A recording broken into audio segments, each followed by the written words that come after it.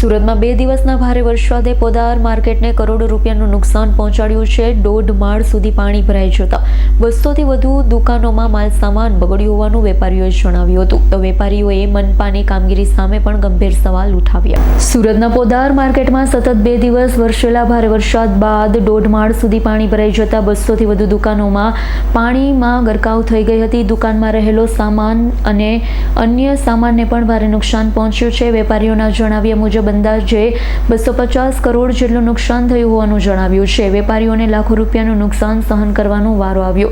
વેપારીઓનો આક્ષેપ છે કે વારંવાર જાણ કરવા છતાં સુરત મહાનગરપાલિકાના કોઈ જવાબદાર અધિકારીએ સમયસર સ્થળ પર પહોંચી યોગ્ય કાર્યવાહી કરી ન હતી। પાણી કાઢવાની જવાબદારી પણ વેપારીએ પોતે જ ઉપાડવાની વાત આવી હતી। આ ઉપરાંત સ્થાનિક ધારાસભ્ય, કોર્પોરેટર અને અન્ય જવાબદાર પ્રતિનિધિઓ માટે પણ મદદે ન પહોંચ્યાનો વેપારીઓએ આક્ષેપ કર્યો છે। ભારે આર્થિક નુકસાનના કારણે વેપારીઓમાં રોષની લાગણી જોવા મળી। જવાબદાર સામે કાર્યવાહી તેમજ યોગ્ય વળતરની માંગણી કરી હતી। 2 દિવસ પહેલા વરસેલા વરસાદને લઈને સુરતની અંદર અનેક જગ્યાએ પાણી ભરાવાના દ્રશ્ય સામે આવ્યા હતા, પરંતુ વરાછા વિસ્તારમાં આવેલ પોદાર માર્કેટમાં 1.5 માળ ડૂબી જાય એટલું પાણી ભરાયું હતું। છેલ્લા 3 દિવસ બાદ પાણી ઉતરતાને સાથે જ તમે દ્રશ્યો બતાવીશ કે પોદાર માર્કેટની હાલત તમે જોઈ શકો છો। કફોડી હાલત બની છે, વેપારીઓની પણ કફોડી હાલત બની છે। તમામ 200 જેટલી દુકાનો જે છે કે અત્યારે પાણીની અંદર ગરકાવ થઈ ચૂકી હતી। છેલ્લા 3 દિવસ બાદ પાણી ઉતરતાની સાથે તમે જોઈ શકો છો પોદાર માર્કેટના દ્રશ્યો કે જે પોદાર માર્કેટ પહેલાં કેવું હતું ને અત્યારના દ્રશ્યો કેવા છે।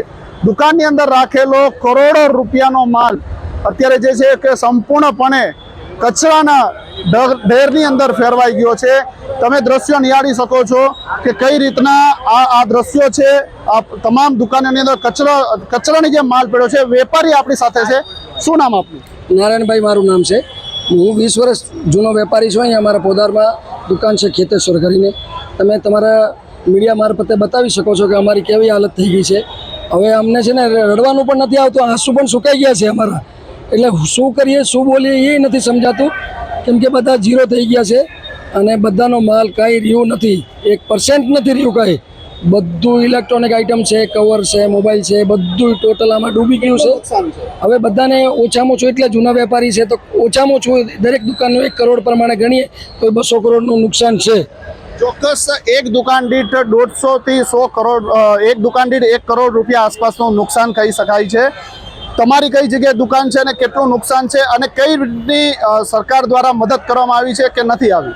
સરકાર દ્વારા બિલકુલ મદદ મળી નથી। જ્યારે પાણી ભરાવાનું ચાલુ થયું, ભરાઈ ગયું, પછી એસએમસીમાં ઘણા કોલ કરેલા છે, ત્યાંથી એવા જવાબ બી મળેલા છે, ઓડિયો બી વાયરલ થઈ ગયેલો છે કે ભાઈ આ અમારામાં નથી આવતું, આ બધું તમારે તમારી જાતે કરવાનું રહે છે। તો અમે વેરો ભરીએ છીએ, ટેક્સ ભરીએ છીએ, એ અમે એમને ભરીએ છીએ। તો એસએમસી દ્વારા અમને જેટલી અમારી એક્સપેક્ટેશન હોય એનાથી બહુ ઓછી સપોર્ટ મળ્યો છે।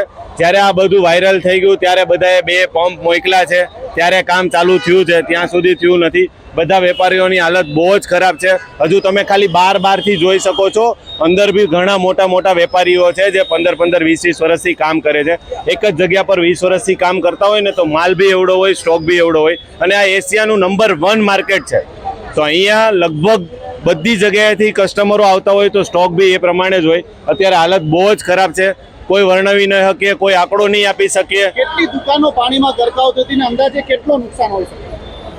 એપ્રોક્સ 200 જેટલી દુકાનો તો છે જ। 1 માળ તો આખો ડૂબી ગયેલો, બીજા માળ બી અડધો ડૂબી ગયેલો, તો 200 જેટલી દુકાનો હશે। એપ્રોક્સ આંકડો બી ગણો ને તો 200 કરોડની આજુબાજુનો આંકડો હશે।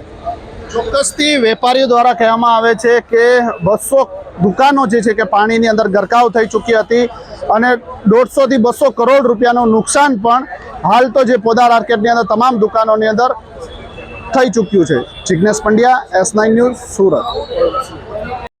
મારું નામ હિંમત આહિર। આપણી પોદાર માર્કેટ વરાસાની અંદર છે મહાદેવ મોબાઈલ। 2-3 દિવસથી પાણી ભરાયા હતા, આજે પાણી જે બહાર આવ્યું તો કેવી પરિસ્થિતિ? બહુ ભયાનક પરિસ્થિતિ છે। આ 2 દિવસથી અમે પાણી કાઢતા હતા, ઘરના પંપ લાવીને બધા નવા પંપ લાવ્યા અને ઘરની પ્રોસેસ કરી। એસએમસી વાળાને બધાને કોલ કરેલો, ધારાસભ્યને કોલ કરેલો, આજે વિસ્તારના મેયર આવતો એને કોલ કરેલો, કોઈએ કોલ રિસીવ નથી કર્યા। અને બધા એસએમસી વાળાએ તો એવું જવાબ આપ્યો અમને કે આ પાણી અમારા અંડરમાં નથી આવતું, તમારા લોકોને જાતે કરવું પડશે. જ્યારે વેરો ઉઘરાવવાનો હોય, વેરા બિલ આવે ત્યારે એ લોકોના અંડરમાં આવે છે. આવું કામ કુદરતી આફત 15-20 વર્ષે આવે એ અંડરમાં નથી આવતું એનામાં કામ કરવાનું. આમાં કોની બેદરકારી રહેશે?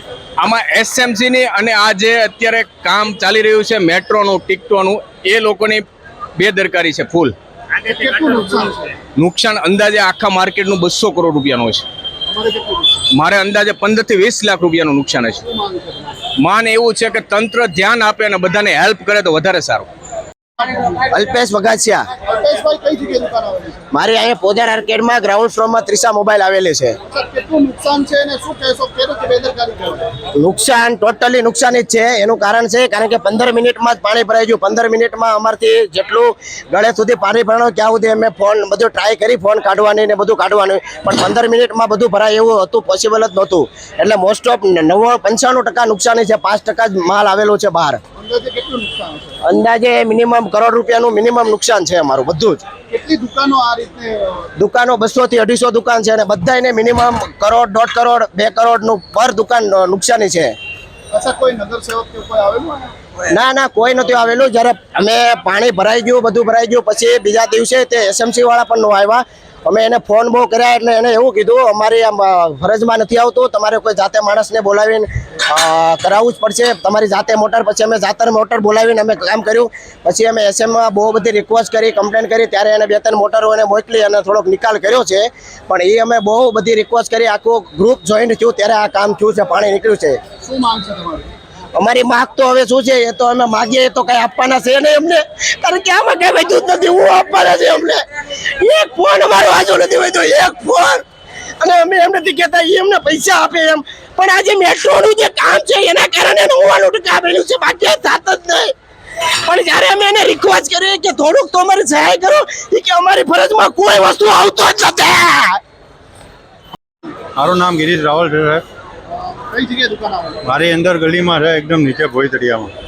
કેટલું નુકસાન છે? મારું 50 લાખ ઉપર નુકસાન છે.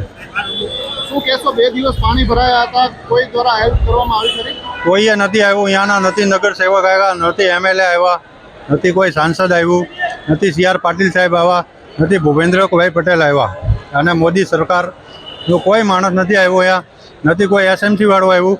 એમને પણ અમે કાલે બપોરે ફોન કર્યો હતો કે અમારેમાં આ બધું પાણી કાઢવાનું નથી આવતું, આ બધું થયું છે એસએમસીને લીધે થયું છે.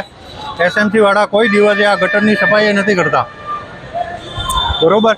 આ જે મોદી સરકારનો વિકાસ ચાલે છે મેટ્રોનો, એની લીધે પાણી ભરાનું, અને પાછળ જે રેલવે સ્ટેશન બને છે સ્માર્ટ સિટીનું, એની લીધે બધું પાણી અહીંયાથી આવીને આ માર્કેટમાં ભરાઈ ગયું. કેટલું નુકસાન છે? 200-300 કરોડ આજુબાજુ હશે બધાનું, બરોબર. ને મારી માંગ તો હું સરકાર મુઆવજો આપે અમને. કોઈનું મર્ડર થઈ જાય તો એમને 50-50 લાખ આપે છે, તો અમને તો આપશે ને. અમે તો વેપારી છે, ટેક્સ ભરીએ, અહીંયા વેરા બિલ ભરીએ. Bureau report S9 news Surat. અમારી તમામ માહિતીથી અપડેટ રહેવા માટે જોડાયેલા રહો S9 ન્યૂઝ સાથે.